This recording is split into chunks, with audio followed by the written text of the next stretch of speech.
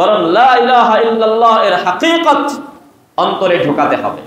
আমি লা ইলাহা ইল্লাল্লাহ পড়ছি মানে আমি একজন পাক্কা মুমিন, আমি একজন মুসলমান, আমি 5 ওয়াক্ত নামাজ পড়ব। আমি লা ইলাহা ইল্লাল্লাহ পড়েছি মানে আমার মুখে নবীজির সুন্নাহ দাঁড়ি থাকবে। আমি লা ইলাহা ইল্লাল্লাহ পড়ছি মানে আমি জিন্দেগিতে মিথ্যা কথা বলবো না। আমি লা ইলাহা ইল্লাল্লাহ পড়ছি মানে নিজে পর্দা করব, বিবিকে পর্দা করাবো, সন্তানদেরকেও পর্দায় রাখবো। আমি লা ইলাহা ইল্লাল্লাহ পড়েছি মানে এই লা ইলাহা ইল্লাল্লাহ পড়ার পরে যে সংবিধান আছে মানব জাতির, সেই কোরআনুল কারীমের চর্চা করব, কোরআন শিখব, কোরআনের বিধান মতো জিন্দেগি যাপন করব। আমি লা ইলাহা ইল্লাল্লাহ পড়ছি মানে আমার অন্তর থেকে আল্লাহ ছাড়া যত রকমের গায়রুল্লাহ আছে সব কিছুকে ফেলে দিতে হবে, নিক্ষেপ করতে হবে। আমি লা ইলাহা ইল্লাল্লাহ পড়ছি মানে আমি গণকের কাছে গিয়ে আমার ভাগ্য গণনা করাবো না। আমি লা ইলাহা ইল্লাল্লাহ পড়ছি মানে মাজার গিয়ে সিজদা করতে পারবো না। আমি লা ইলাহা ইল্লাল্লাহ পড়ছি মানে রব্বুল আলামিন ছাড়া অন্য কারো কাছে কোনো কিছু চাইতে পারবো না। যে আমরা দু চোখে যা কিছু দেখি আর না দেখি সবই মাখলুক। মাখলুক কিছুই করতে পারে না আল্লাহর অনুমতি বা হুকুম ছাড়া, আর আল্লাহ সব কিছু করতে পারেন মাখলুক ছাড়া। এরা কি চায়? এরা চায় এই দেশটাকে, এই দেশের মধ্যে হিন্দুত্ববাদ কায়েম করতে, উগ্রবাদ আর সন্ত্রাসী সংগঠন হিসেবে এরা পৃথিবীর মধ্যে পরিচিতি লাভ করেছে। ইতিমধ্যেই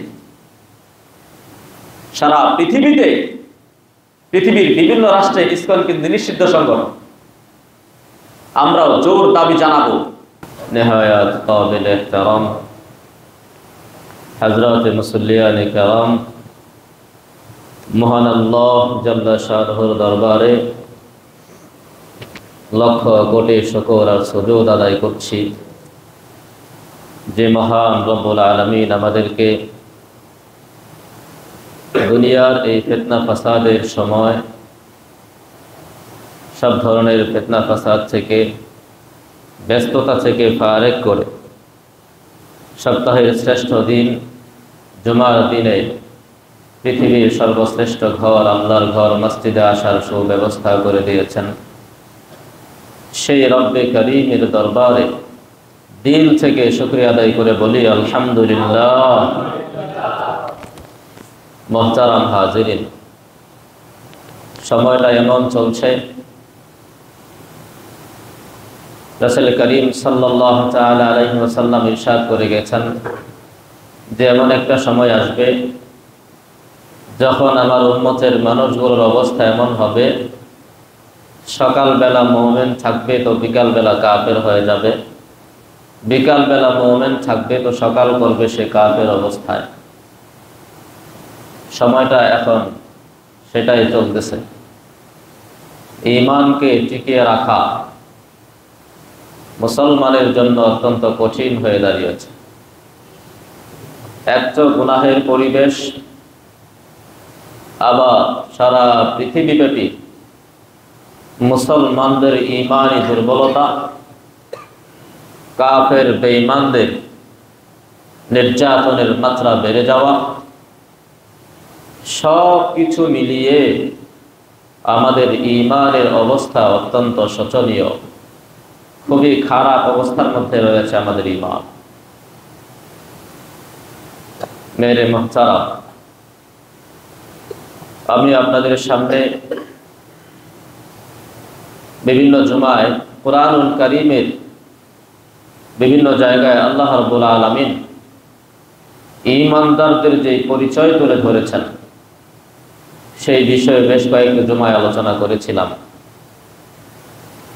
আজকে আপনাদের সামনে রাসূল করিম সাল্লাল্লাহু তাআলা আলাইহি ওয়াসাল্লামের হাদিস সমূহের মধ্যে ঈমানদারদের যে সকল গুণাবলী বর্ণিত হয়েছে তার মধ্য থেকে কয়েকটি গুণ ও বৈশিষ্ট্য নিয়ে আলোচনা পেশ করব ইনশাআল্লাহ। মেরে মুহতারাম, আমরা দাবি করি আমরা ঈমানদার। ঈমান শব্দের অর্থ হলো আল্লাহ, আল্লাহর রাসূল, আখিরাত তাকদীর ইত্যাদি বিষয়ে দৃঢ় বিশ্বাস স্থাপন করা। আল্লাহকে না দেখেও আল্লাহ যে আমাদের স্রষ্টা, তিনি যে এক, সেই বিশ্বাস অন্তরে লালন করা। বিশ্বনবী মুহাম্মদুর রাসূলুল্লাহ সাল্লাল্লাহু আলাইহি ওয়াসাল্লাম তিনি সর্বশেষ রাসূল, সর্বশ্রেষ্ঠ রাসূল, আমাদের নবী পয়গম্বর, এই বিশ্বাস স্থাপন করা।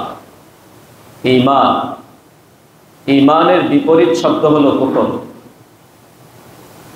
ঈমানের বিপরীত শব্দের নাম কি? কুফর। যে ঈমান আনবে তাকে বলা হবে আরবিতে মুমিন। আমরা মুমিন হিসেবে চিনি। মুমিন আসলে শব্দটা হলো মুমিন, বহুবচন মুমিনুন। আর যারা কুফরি করবে আরবিতে তাদেরকে বলা হয় কাফের। বহুবচন হলো কাফিরুন, আবার বহুবচন আছে কুফার। এই শব্দগুলো আমরা জানি, চিনি, এগুলোর সাথে আমাদের পরিচয় আছে। আল্লাহ তাআলা কুরআনুল কারীম এভাবে ডাক দিয়েছেন, ইয়া আইয়ুহাল্লাযীনা আমানু। আমানু মানে তারা ঈমান এনেছে। ইয়া আইয়ুহাল্লাযীনা আমানু, হে তোমরা যারা ঈমান এনেছো, মানে হে ঈমানদারগণ। তো যারা ঈমান আনে তাদেরকে কি বলা হয়? মুমিন। কি বলা হয়? মুমিন। ঈমানদারদেরকে বলা হয় মুমিন। যারা ইসলাম গ্রহণ করে তাদেরকে কি বলা হয়? মুসলিম। আরবিতে মুসলিম, বাংলায় আমরা বলি মুসলমান। মুসলমান আরবি শব্দ না, আরবি শব্দ হলো মুসলিম, বহুবচন হলো মুসলিমুন। একটু টান দিতে হয়। মেরে মুহতারাম, ঈমান কি, এর পরিচয় কি? বুখারী শরীফের একটা হাদিসের মধ্যে এসেছে, মুসলিম শরীফের ৮ নম্বর হাদিসের মধ্যে ইরশাদ হয়েছে, লম্বা চওড়া একটা হাদিস, যে হাদিসটাকে বলা হয় হাদিসে জিব্রাইল। হযরত জিব্রাইল আমিন আলাইহিস সালাতু ওয়াস সালাম একদিন আমাদের নবীজির সামনে আসলেন, নবীজির সামনে বসলেন। আমরা নামাজে যেভাবে আত্তাহিয়াতুর সূরাতে বসি সেভাবে বসলেন। নবীজির হাঁটুর উপরে তিনি হাত রাখলেন। এরপরে জিব্রাইল জিজ্ঞেস করলেন, ইয়া রাসূলুল্লাহ ফাআখবিরনি আনিল ঈমান, আমাকে ঈমান সম্পর্কে ধারণা দেন, ঈমান কাকে বলে? নবীজি তখন বলেছিলেন, ঈমান হলো আন তুমিনা বিল্লাহি ওয়া মালাইকাতিহি ওয়া কুতুবিহি ওয়া রুসুলিহি ওয়াল ইয়াউমিল আখির ওয়াল কদরি খাইরিহি ওয়া শাররিহি, যে তুমি ঈমান আনবে, বিশ্বাস স্থাপন করবে আল্লাহ তাআলার উপর, তার ফেরেশতাগণের উপর, তার পক্ষ থেকে নাজিলকৃত ঐশী গ্রন্থসমূহের উপর, তার পক্ষ থেকে প্রেরিত রাসূলগণের উপর, এবং আখিরাত তথা কিয়ামত দিবসের উপর, এবং ভালো মন্দ যা কিছু হয় সব কিছুই আল্লাহর পক্ষ থেকে হয়, এই বিশ্বাস স্থাপন করবে। এরই নাম হলো ঈমান। ঈমানের পরিচয় ঈমানে মুফাসসাল, ঈমানে মুজমাল, দুটি কালিমা আছে না? সেই কালিমাগুলোর মধ্যেও দেওয়া আছে, বিস্তারিত পরিচয় দেওয়া আছে। মেরে মুহতারাম, ঈমান এমন একটা জিনিস যেটাকে দেখা যায় না, ছোঁয়া যায় না, তবে ঈমানের স্বাদ অনুভব করা যায়। ঈমানের স্বাদ অনুভব করা যায়, আস্বাদন করা যায়। মুসলিম শরীফের ৫৮ নম্বর হাদিস, রাসূল করিম সাল্লাল্লাহু তাআলা আলাইহি ওয়াসাল্লাম ইরশাদ করেছেন, যাকা তা'মাল ঈমান, ওই ব্যক্তি ঈমানের স্বাদ আস্বাদন করেছে, ঈমানের স্বাদ পেয়েছে। মান রাদিয়া বিল্লাহি রাব্বা, যে ব্যক্তি আল্লাহ তাআলাকে রব বলে বিশ্বাস করেছে এবং সন্তুষ্ট হয়েছে।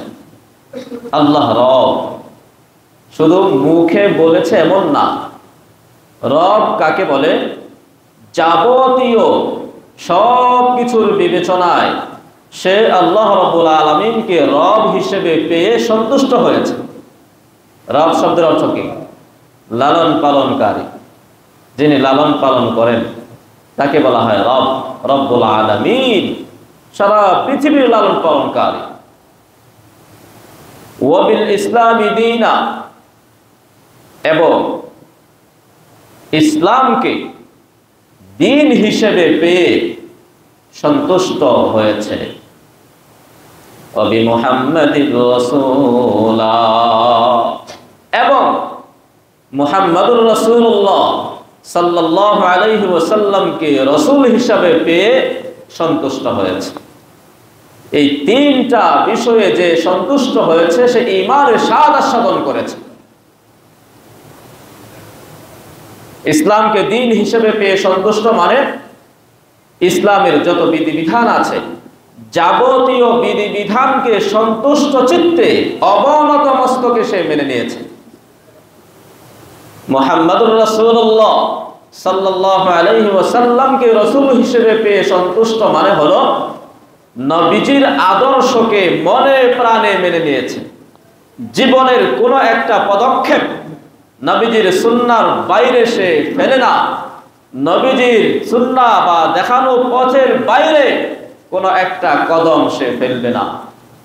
এইভাবে যারা চলবে তারা ঈমানের স্বাদ পাবে।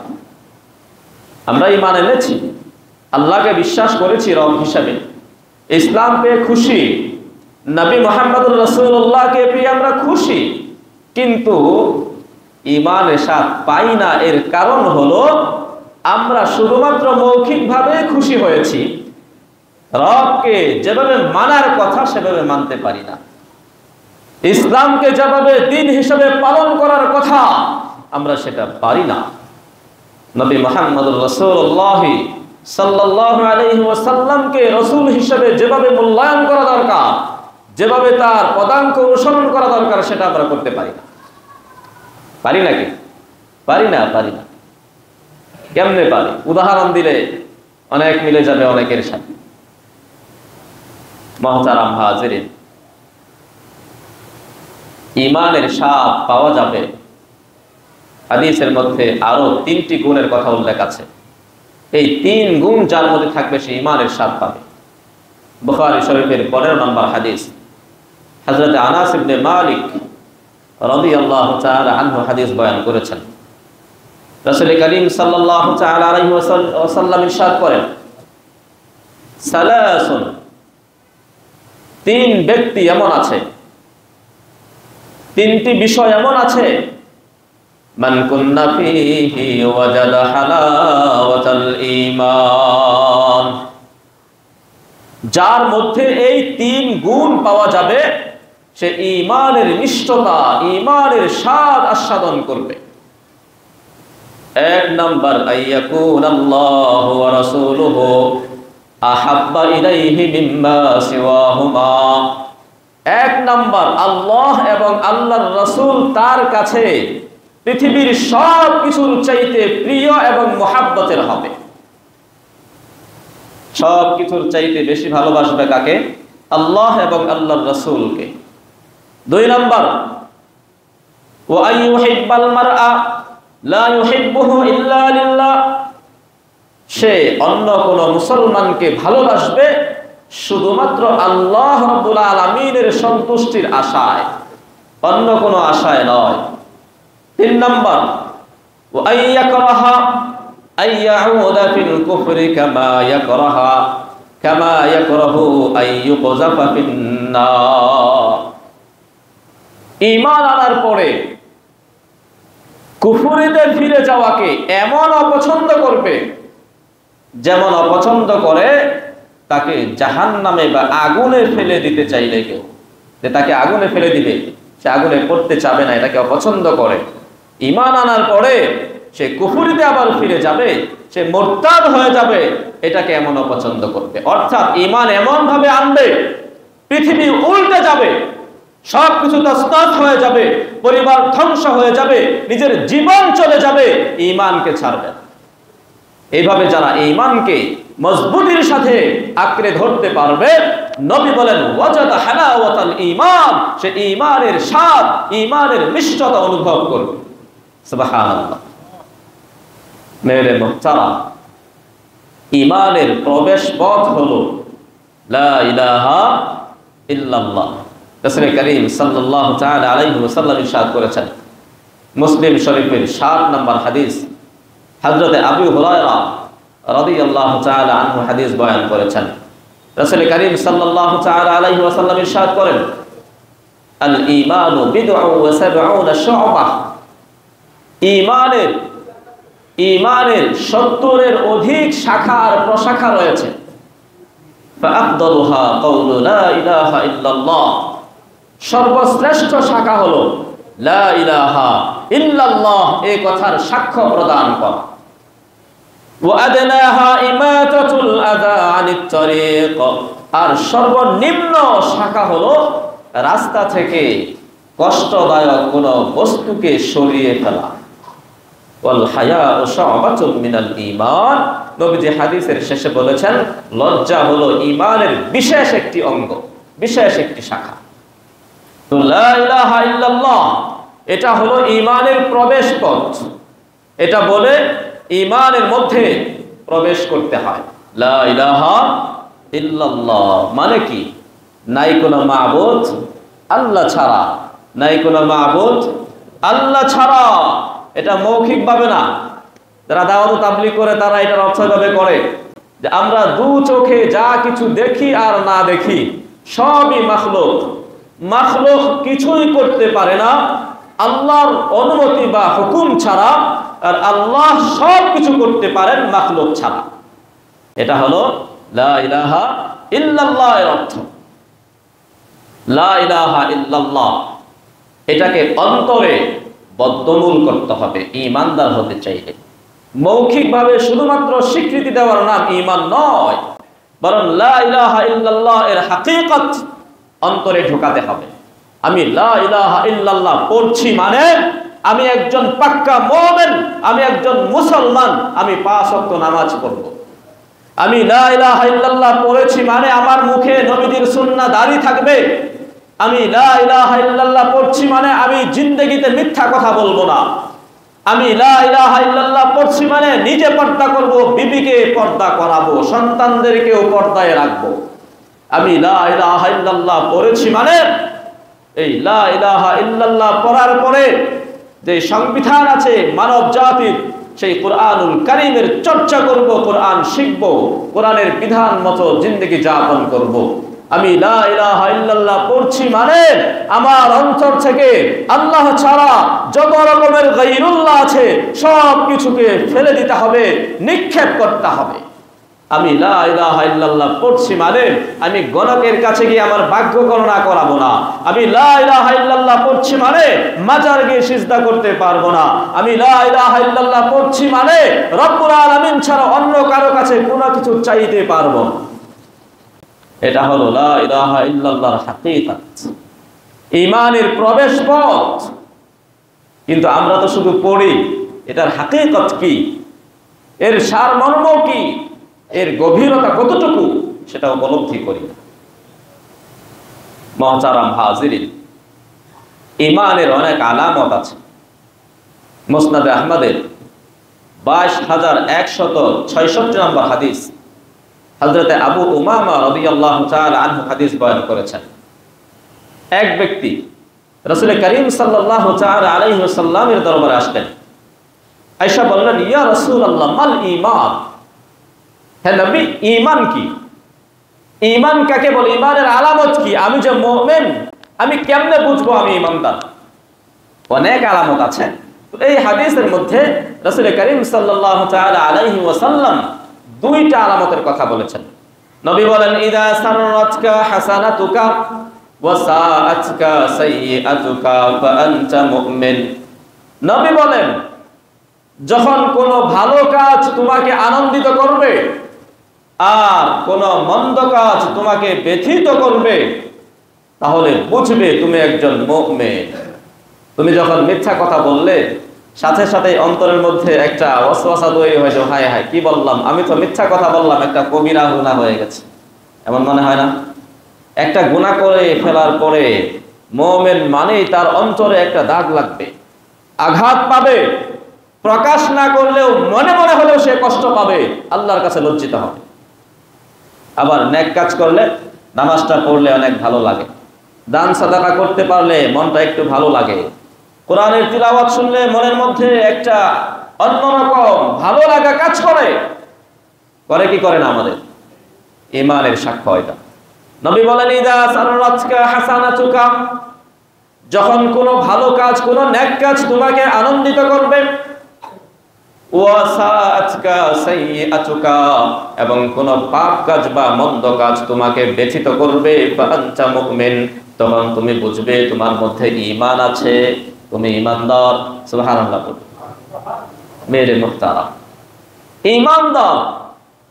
আজকে আমরা ঈমানের দাবি করি, কিন্তু প্রকৃত ঈমানদার হওয়ার যে কোয়ালিটি, যে গুণাবলী, সেগুলো আমাদের মধ্যে নাই। ঈমানদারের একটা বৈশিষ্ট্য হলো, ঈমানদার হবে সদাচারী, মানুষের সাথে ভালো আচরণ করবে, খারাপ আচরণ করবে না। মুসলিম শরীফের 1844 নম্বর হাদিস, হযরতে আব্দুল্লাহ ইবনে আমর রাদিয়াল্লাহু তাআলা আনহু হাদিস বয়ান করেছেন।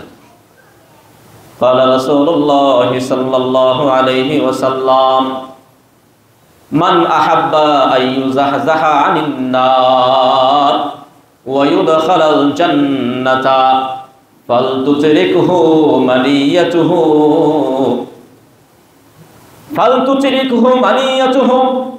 وهو يؤمن بالله واليوم الآخر।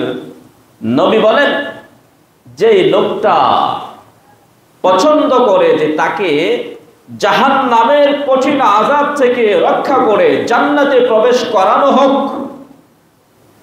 যে লোকটা এটা চায়, আশা করে কিয়ামতের ময়দানে তাকে জাহান্নাম থেকে বাঁচিয়ে জান্নাতবাসী করা হোক, সে যেন এমন অবস্থায় মৃত্যুবরণ করে, এমন অবস্থায় কবরে যায় যে সে আল্লাহর উপর বিশ্বাসী ছিল, আখিরাতের প্রতি বিশ্বাসী ছিল, এবং ওয়ায়াতি ইলান নাস মা ইউহিব্বু আন ইউতা ইলাইহি, মানুষের সাথে এমন আচরণ করে যেমন আচরণ সে মানুষের কাছ থেকে আশা করত। অর্থাৎ মানুষের সাথে যেন ভালো আচরণ করে।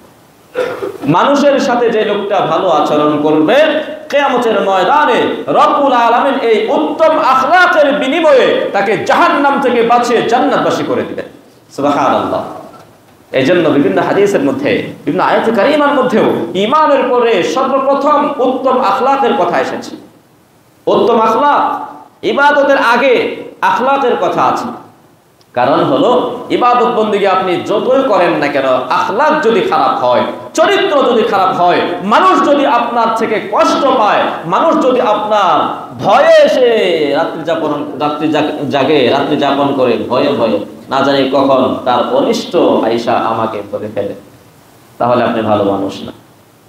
আপনার উত্তম আখলাক, আপনার চরিত্র যদি সুন্দর হয়, তাহলে আমল যদি অল্পও হয়, আল্লাহ রাব্বুল আলামিন আপনাকে মাফ করে দিবেন। কিন্তু আমল অনেক, চরিত্র খারাপ, চরিত্র ভালো না, ব্যবহার ভালো না, মানুষের সাথে সুন্দর ভাষায় কথা বলেন না, তাহলে আপনি পাকড়াও হয়ে যাবেন। মেরে মুহতারাম, তো বলছিলাম মুমিনের অনেকগুলো গুণাবলী হাদিসের মধ্যে বর্ণিত হয়েছে। এক মুমিন আর এক মুমিনের আয়না স্বরূপ। মুমিন মুমিনের ভুল ধরিয়ে দিবে। আজকে আমরা কথা বললে অনেকে রাগ হয়ে যায়। এক ভাই আরেক ভাইকে কিছু বললে, নামাজের দাওয়াত দিলে কষ্ট পায়। অনেক সময় সরাসরি কিছু বলে না, মনে মনে রাগ হয়। না, এটা করা যাবে না। মুমিন তো মুমিনের আয়না। আয়না, আয়নার মধ্যে যেরকম নিজের ভুল ত্রুটি ধরা পড়ে, আয়নার মধ্যে যেরকম আপনার আসল চেহারাটা আপনি দেখতে পারবেন, মুমিন মুমিনের সামনে পড়লে তেমন ভাবে সে নিজের আসল চেহারাটা দেখতে পারবে। হাকিকি মুমিনকে যখন দেখবে, তখন সে বুঝবে আরে ইমানদার তো তাকে বলে, আমি তো ইমানদার না। তার মধ্যে এই কোয়ালিটি গুলো আছে, সে পাক্কা মুমিন। লম্বা দাড়ি, সুন্নতি পোশাক, আচার ব্যবহার এত সুন্দর, ব্যবসায় এত সুন্দর সততা, এগুলো তো ঈমান। ঈমানের আলামত বহির প্রকাশ। আমিও তো মুমিন দাবি করি, আমি তার কাছ থেকে শিখব, তাকে দেখে আমি শিখব, শিক্ষা গ্রহণ করব। নবীজি বলেন আল মুমিনু মিরআতু আখিহি, এক মুমিন আরেক মুমিনের জন্য আয়না স্বরূপ। ওয়াল মুমিনু আখুল মুমিন, এক মুমিন আরেক মুমিনের ভাই। ইয়াকুফু আলাইহি দায়াতাহু, এক মুমিন আরেক মুমিনের সম্পদের হেফাজত করবে, খেয়ানত করবে না। ওয়া ইয়াহুতুহু মিন ওয়ারাইহি, এবং পিছনেও তার সম্মান বজায় রাখার চেষ্টা করবে। আমরা তো পিছনে পড়লে হায় হায়, যত কাছের মানুষই হোক না কেন দোষ চর্চায় লেগে যায়। মনে করি তার নামে একটা বদনাম করতে পারলেই মনে হয় আমি অনেক বড় হয়ে যাব। করি কি করি না? অথচ নবী বললেন আসল ইমানদার তো সে যে তার অপর কোনো ভাইকে সামনে তো সে অপমানিত করবেই না, পিছনে বা গোপনেও তাকে অপমানিত করবে না। অর্থাৎ তার কোনো দোষ অন্যের কাছে প্রকাশ করে দিবে না। এটা মুমিনের বৈশিষ্ট্য। জানবে, তারপরেও গোপন রাখবে। জানার পরেও মুমিন দোষটাকে প্রকাশ করে দিবে না।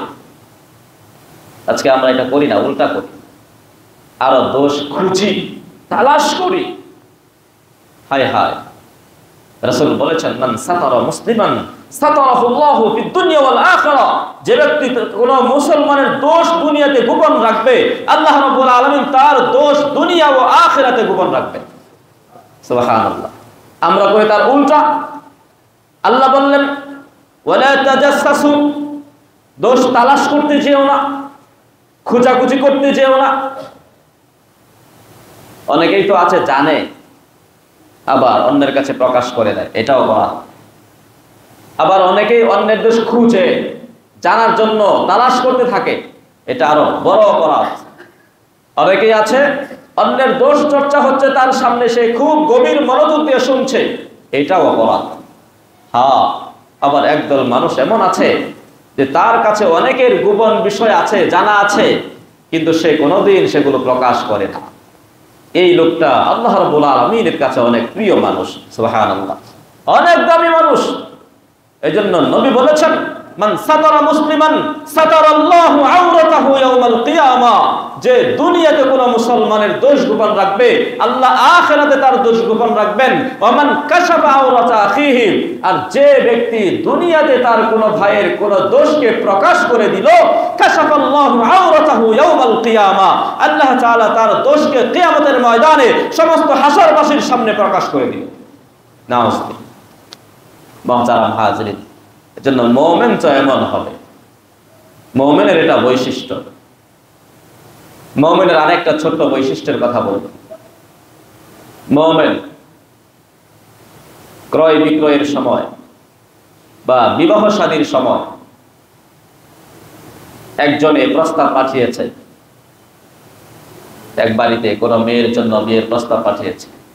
সে জানে, জানার পরেও সে আবার ওই আলোচনা শেষ হওয়ার আগেই প্রস্তাব পাঠিয়েছে, এটা নিষেধ। মুমিন এটা করবে না। মুমিনের কাজ হলো বিয়ে শাদীর প্রস্তাব চলছে, এটা শেষ হয়ে যাওয়ার পরে, নিশ্চিত হওয়ার পরে তার পক্ষ থেকে প্রস্তাব পাঠাবে। ক্রয় বিক্রয় হচ্ছে কোনো একটা জিনিসকে নিয়ে, 4-5 জন একসাথে দাঁড়িয়ে আছে, একজন দামাদামি করতেছে, তার দামাদামি, তার আলোচনা শেষ না হওয়া পর্যন্ত অন্য কেউ দাম বলতে পারবে না, এটা নিষেধ। হ্যাঁ, সে যদি দাম বলে চলে যায়, বেচা কেনা না হয়, তাহলে অন্যরা সেখানে দাম বলবে। এটা হলো মুমিনের বৈশিষ্ট্য। মুহতারাম হাজিরিন, মুমিন কখনো কাউকে কষ্ট দেয় না। মুমিন কখনো তার প্রতিবেশীকে কষ্ট দেয় না, তার ভাইকে কষ্ট দেয় না, তার সহকর্মীকে কষ্ট দেয় না, অন্য কোন মুমিনকে কষ্ট দিতে পারে না। হযরত আনাস ইবনে মালিক রাদিয়াল্লাহু তাআলা আনহু হাদিস বয়ান করেছেন, রাসূল কারীম সাল্লাল্লাহু তাআলা আলাইহি ওয়াসাল্লাম ইরশাদ করেছেন, আল মুমিন, প্রকৃত মুমিন সে মান আমিনাহুন নাস, যাকে মানুষেরা, অন্যান্য মানুষেরা নিরাপদ মনে করে, অর্থাৎ এই লোকটা আমার কোনো ক্ষতি করবে না। এই বিশ্বাস বদ্ধমূল আছে যে এই লোকের কাছে কথা বললে সে আমানত রাখবে, এই লোকের সাথে উঠা বসা করলে সে আমার খেয়ানত করবে না, এই লোকের কাছে আমার সন্তানদেরকে রেখে গেলে সন্তানদের খেয়ানত করবে না, এই লোকের কাছে আমার গোপন কথা বললে প্রকাশ করবে না, এই লোক আমার সম্পদ অন্যায়ভাবে আত্মসাৎ করবে না। এমন একটা নিরাপদ অনুভব সে করবে। আল্লাহর নবী বলেন এই লোকটা হলো প্রকৃত মুমিন। আল মুমিনু মান আমিনাহুন নাস ওয়াল মুসলিমু মান সালিমাল মুসলিমুনা মিন লিসানিহি ওয়া ইয়াদিহি। আর প্রকৃত মুসলমান ওই ব্যক্তি যার হাত ও মুখ থেকে অপর মুসলমান নিরাপদ থাকে। মুখেও কষ্ট দিবে না, হাতের মাধ্যমেও কষ্ট দিবে না। মেরে মুহতারাম, ঈমানদার বা প্রকৃত মুমিনের আরো একটা গুণ হলো মুমিন হবে আমানতদার। কি হবে? আমানতদার হবে, খেয়ানতকারী হবে না, আমানতদার হবে। মুসনাদ আহমদের ১২,৩৮৩ নম্বর হাদিস, হযরত আনাস ইবনে মালিক রাদিয়াল্লাহু তাআলা আনহু ইরশাদ করেছেন, قال رسول الله صلى الله عليه وسلم لا ঈমান লিমান লা আমানাতা লাহু। ওই ব্যক্তির ঈমান নাই যার মধ্যে আমানতদারিতা নাই। যার মধ্যে আমানতদারিতা নাই তার কি নাই? ঈমান নাই। আমানতদারিতা এটা ঈমানের অন্যতম একটা বৈশিষ্ট্য। যে মুমিন হবে সে আমানতদার হবে, তার কাছে মানুষের কথা আমানত থাকবে, মানুষের সম্পদ আমানত থাকবে, যাবতীয় সব কিছুর আমানত সে পুরোপুরিভাবে রক্ষা করবে, খেয়ানত করবে না। কারণ আমানতদার এর বিপরীত শব্দ হলো খায়েন তথা খেয়ানতকারী। যে খেয়ানত করবে হাদিসের ভাষায় তাকে মুমিন বলা হয় না, তাকে বলা হয় মুনাফিক। কি বলা হয়? মুনাফিক। নবী বলেছেন আয়াতুল মুনাফিকি সালাসুন, মুনাফিকের আলামত হলো তিনটা। ইদা হাদাসা কাযাবা, যখন কথা বলে মিথ্যা কথা বলে। ওয়া ইদা ওয়াদা আখলাফা, যখন ওয়াদা করে ওয়াদা খেলাফ করে। ওয়া ইদা তুমিনা খানা, যখন কারো আমানত রাখা হয় তার কাছে তখন সে আমানতের খেয়ানত করে। আমানতের খেয়ানত করা মুনাফিকের লক্ষণ, ঈমানদারের লক্ষণ না। ঈমানদার সে হবে আমানতদার। আমানতদার মেরে মুহতারাম, আল্লাহ রাব্বুল আলামিনের পক্ষ থেকে অনেক আমানত আমাদের কাছে আছে। এমনকি আমার 3.5 হাত বডি আল্লাহ রাব্বুল আলামিনের পক্ষ থেকে আমার কাছে আমানত। এই 3.5 হাত বডির প্রতিটা অঙ্গ কোথায় ইস্তেমাল করতে হবে, কোথায় ব্যবহার করতে হবে, সেই দিক নির্দেশনা ইসলামের পক্ষ থেকে, রবের পক্ষ থেকে দেওয়া আছে না নাই? আছে। আমি চোখকে কোন কাজে লাগাবো, হাতকে কোন কাজে লাগাবো, পাকে কোন কাজে লাগাবো, আমার লজ্জাস্থানকে কোথায় ব্যবহার করব, সেই দিক নির্দেশনা কোরআনে আছে না নাই? আছে। আমানত, এই আমানত কোরআনের দিক নির্দেশনার বাইরে, সুন্নাহর দিক নির্দেশনার বাইরে যখন আমি আমার অঙ্গ প্রত্যঙ্গগুলোকে ব্যবহার করব, আমি হব খায়েন, আমি হব মুনাফিক। মুহতারাম হাজির, আপনার পরিবার আপনার কাছে আমানত, আপনার সন্তানের আপনার কাছে আমানত। সন্তানদেরকে কোরআন শিক্ষা দিবেন না বেপরদায় রাখবেন? সন্তানদেরকে সুশিক্ষায় শিক্ষিত করবেন নাকি কুশিক্ষায় শিক্ষিত করবেন সেটা আপনার ব্যাপার। কিন্তু বিষয় হলো আপনি যদি সন্তানকে ভালোভাবে মানুষ হিসেবে গড়ে তোলেন, আপনার সন্তানের যে আমানত আছে আমানতটা আপনি রক্ষা করবেন। আর এই সন্তানকে যদি আপনি সঠিক দিক নির্দেশনা না দিয়ে ভালো মানুষ হিসেবে গড়ে তুলতে না পারেন, তাহলে সন্তান নামক আমানতটার সাথে আপনি খেয়ানত করলেন। আপনার স্ত্রী আপনার কাছে আমানত, তার অনেক হক আছে, স্ত্রীকে পর্দায় রাখতে হবে, সে আমানত আদায় হবে। স্ত্রী যদি ছেড়ে দেন বাজারে, আমানতের খেয়ানত করলে। কথাগুলো কষ্ট লাগবে মেরে মহতারাম, কিন্তু এটাই সত্য কথা। এটাই সত্য কথা। যার বউ পর্দা করে না, যার মেয়ে পর্দা করে না, যার বোন পর্দা করে না, হাদিসের পরিভাষায় তাদেরকে বলা হয়েছে দাইয়ুস।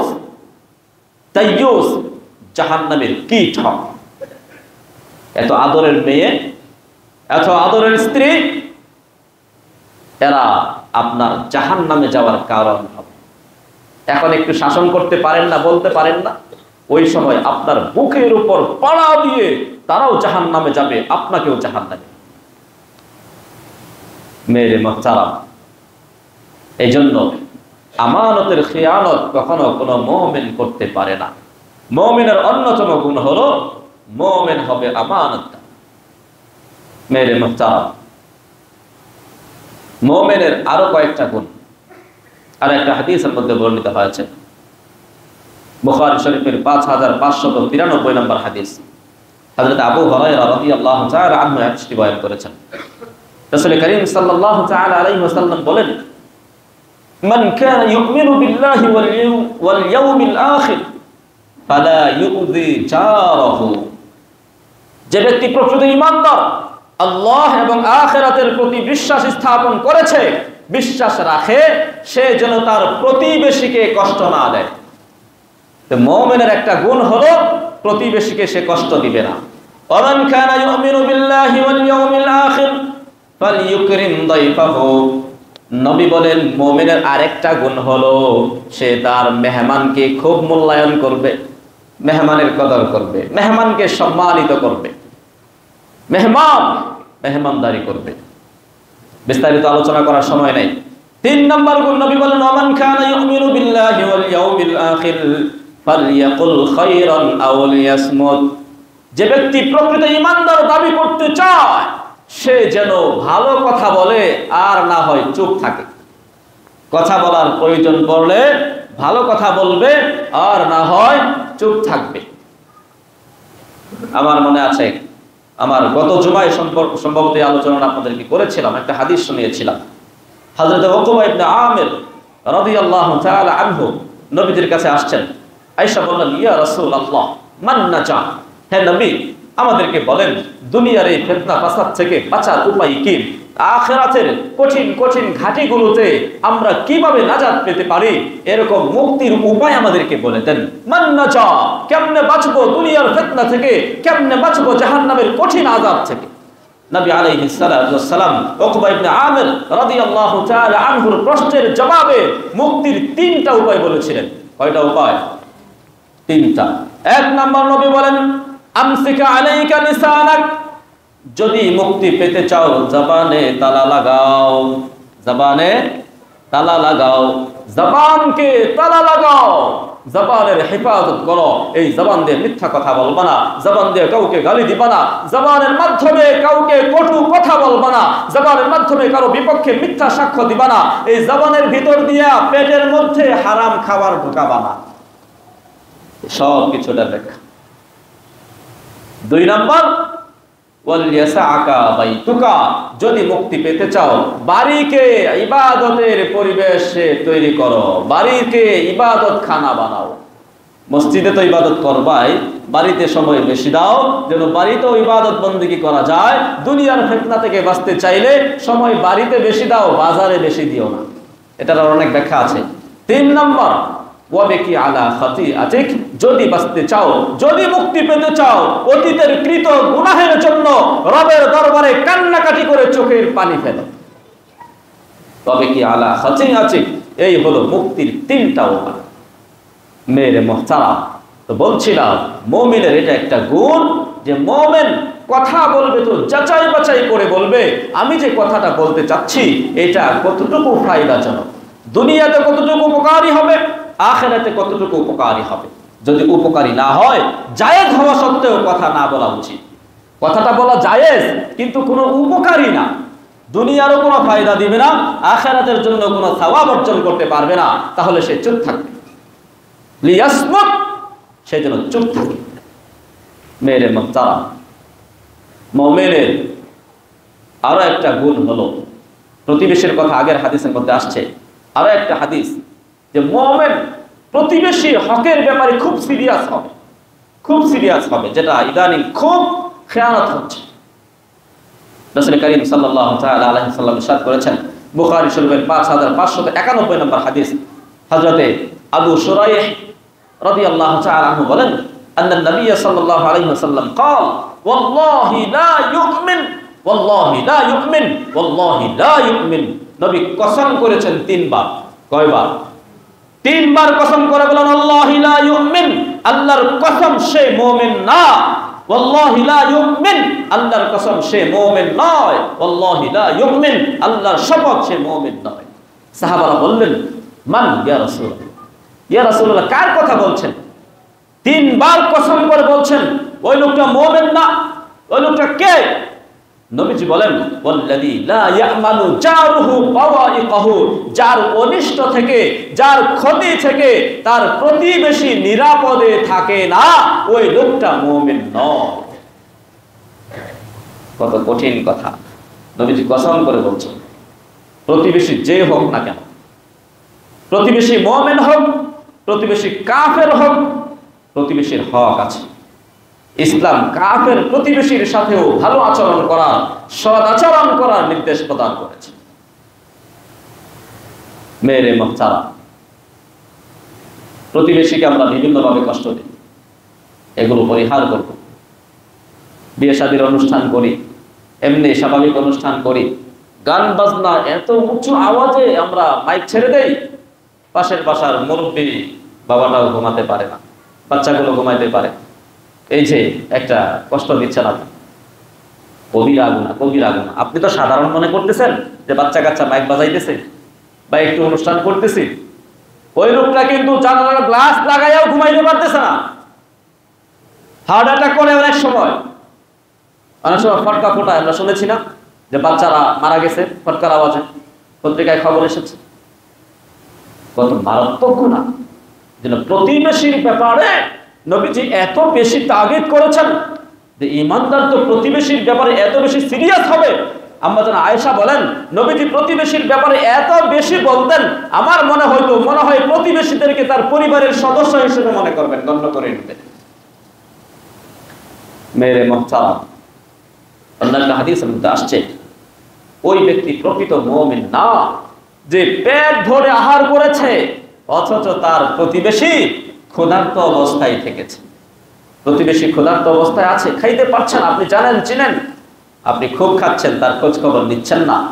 আপনি যতই ঈমানদার দাবি করেন না কেন, নবী বলেছেন লাইসা বিমুমিন, এই লোকটা মুমিন না। মেরে মুহতারাম, ঈমানদার তাদের আরো একটা গুণ ও বৈশিষ্ট্য, ঈমানদার কখনো বেঈমান, কাফের, মুশরিকদের কোনো আচার অনুষ্ঠানে অংশগ্রহণ করবে না। খুব খেয়াল করে শুনবেন। অনেকের বন্ধু বান্ধব আছে, যাইতে হয় বাধ্য হয়ে, মনে করেন আল্লাহ কি বলেছেন, আল্লাহর নবী কি বলেছেন সেটা আমি আগে দেখব। দুনিয়ার সব কিছুকে পায়ের নিচে ফেলে আল্লাহ এবং আল্লাহর রাসূলের বিধানের সামনে মাথাকে নত করে দেওয়ার নাম হলো ঈমান। মুমিন কখনো কোনো বিধর্মীর আচার অনুষ্ঠানে যেতে পারবে না।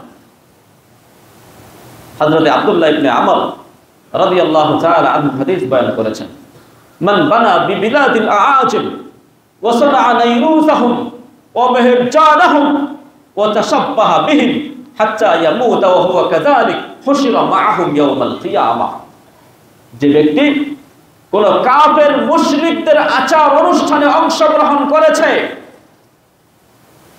এবং তাদের সাদৃশ্য অবলম্বন করেছে, তাদের কৃষ্টি কালচার নিজের মধ্যে এনেছে এবং এমত অবস্থায় তওবার আগে সে মৃত্যুবরণ করেছে, আল্লাহর নবী বলেন হুশিরা ইয়াউমাল কিয়ামা, হুশিরা মাআহুম ইয়াউমাল কিয়ামা, কিয়ামতের ময়দানে এই লোকটা ওই বিধর্মীদের সাথেই উঠবে, তার হাসরটা তাদের সাথেই। অন্য একটা হাদিসের মধ্যে নবী ইরশাদ করেছেন, মান তাশাব্বাহা বিকওমিন ফাহুয়া মিনহুম, যে লোক যাদের সাদৃশ্য অবলম্বন করবে তাদের সাথেই তার হাসর হবে। অন্য হাদিসে নবী বলেছেন, আল মারউ মা'a মান আহাব্বা, যে যাকে ভালোবাসবে কিয়ামতের ময়দানে তার সাথেই সে উঠবে। আপনার ভালোবাসা যদি হয় ইমানদারদের সাথে, আপনার ভালোবাসা যদি হয় মসজিদের ইমাম খতিবদের সাথে, হাসর নাসর তাদের সাথেই হবে। আপনার ভালোবাসা মুহাব্বত আর সম্পর্ক যদি হিন্দু ভাইদের সাথে হয়, তাহলে আপনার হাসর নাসর তাদের সাথেই হবে। আমার কথা না, আল্লাহর নবী কথা বলেছেন, আল মারউ মা'a মান আহাব্বা, ব্যক্তি যাকে ভালোবাসে তার সাথেই সে হাসরের ময়দানে উঠবে। মেরে মুহতারাম, আরো কঠিন কথা, ঈমানদারদের একটা গুরুত্বপূর্ণ বৈশিষ্ট্য হলো, কোন ঈমানদার তার অভিভাবক হিসাবে কোন মুসলমানকে চয়ন করতে পারবে না। এটা ঈমানদারের বৈশিষ্ট্য। ঈমানদারের বৈশিষ্ট্য, ঈমানদার কোন কাফেরকে নেতা মানতে পারে না। ঈমানদার কোন কাফের মুশরিককে নিজের অভিভাবক হিসেবে মেনে নিতে পারে না। একই এলাকায় দুইজন চেয়ারম্যান প্রার্থী, একজন মুসলমান, মুখে দাড়ি কিচ্ছু নাই, গুনাহ করে, আরেকজন মুশরিক, অনেক ভালো মানুষ, অনেক দান দান করে, তারপরেও মুমিন ওই মুসলমানকেই ভোট দিবে, কোন মুশরিককে ভোট দিতে পারবে না। এটা হলো ঈমানদারের বৈশিষ্ট্য, ঈমানের চাহিদা। ঈমানের চাহিদা, কোন ঈমানদার কোন কাফের মুশরিককে বন্ধু বানাতে পারে না। আল্লাহ বলেন, ইয়া আইয়ুহাল্লাযীনা আমানু লা তাত্তাখিযুল ইয়াহুদা ওয়ান নাসারা আউলিয়া, হে ঈমানদাররা, ইহুদি খ্রিস্টানদেরকে তোমরা নিজেদের অভিভাবক হিসেবে গ্রহণ করবে না। আউলিয়া, আউলিয়া এর অনেক অর্থ। আউলিয়া শব্দটি বহুবচন, এক বচন হলো ওলিয়ুল, ওলি, ওলি, ওলি মানে হলো বন্ধু, ওলি মানে হলো অভিভাবক, ওলি মানে হলো দায়িত্বশীল, ওলি মানে হলো নেতা। কোনটাই মুমিন কাফেরকে বানাতে পারবে না, আল্লাহ নিষেধ করেছেন। মেরে মুহতারাম, মুমিন তাদের আরেকটা বৈশিষ্ট্য থাকবে, মুমিন সে শুধু নিজেকে নিয়ে ভাববে না, সারা পৃথিবীর সকল মুমিনকে নিয়ে চিন্তা করবে। সারা পৃথিবীর সকল মুমিন একটি দেয়ালের মতো, একটি প্রাণ, একটি দেহের মতো, এইটা মনে করবে। এটা হলো মুমিনের অন্যতম একটা বৈশিষ্ট্য। বুখারী শরীফের 465 নম্বর হাদিস, হযরত আবু মুসা আশআরী রাদিয়াল্লাহু তাআলা আনহু হাদিস বয়ান করেছেন। রাসূল করিম সাল্লাল্লাহু তাআলা আলাইহি ওয়াসাল্লাম ইরশাদ করেছেন, ইন্নাল মুমিনা লিল মুমিনি কাল বুনিয়ান ইয়াশুদ্দু বা'দুহু বা'দান, এক মুমিন আরেক মুমিনের জন্য প্রাচীর স্বরূপ, দেয়াল স্বরূপ। দেয়ালের মধ্যে যেমন একটা ইট আরেকটা ইটকে ধরে রাখে, একটা ইট আরেকটা ইটকে ছাড়ে না, ঠিক মুমিন ওই দেয়ালের মতো ফাঁকা থাকবে না, একজন আরেকজনের সাথে লেগে থাকবে, এক হয়ে থাকবে, তাদের মধ্যে একতা থাকবে, ঐক্যবদ্ধতা থাকবে, তারা পৃথক হয়ে যাবে না, আলাদা আলাদা হয়ে যাবে না। আজকে সারা পৃথিবীতে মুসলমানদের উপর যে নির্যাতন, তার কারণ কি? কারণ একটাই, আমরা আলাদা আলাদা, আমরা আলাদা আলাদা। আলাদা আলাদা হয়ে যাওয়ার কারণে কি হয়? জালেমরা এক একবার এক এক দলকে ধরে ধরে ধরে শেষ করে। কেউ কারো পক্ষে কথাও বলে না, মাঠে ময়দানেও নামে না, হয় না এরকম? আর যদি এক থাকতো সারা পৃথিবীর মুসলমান, কোন বাতিল শক্তি মুসলমানদের দিকে চোখ রাঙিয়ে কথা বলার সাহস পেত না। পায় নাই অতীতে, অতীতে এমন করতে পারে নাই। মুসলমান তো থাকবে এরকম। নবী বলেছেন, আল মুসলিমু কাজাসাদিন ওয়াহিদ, সারা পৃথিবীর সমস্ত মুসলমান একটা দেহের মতো।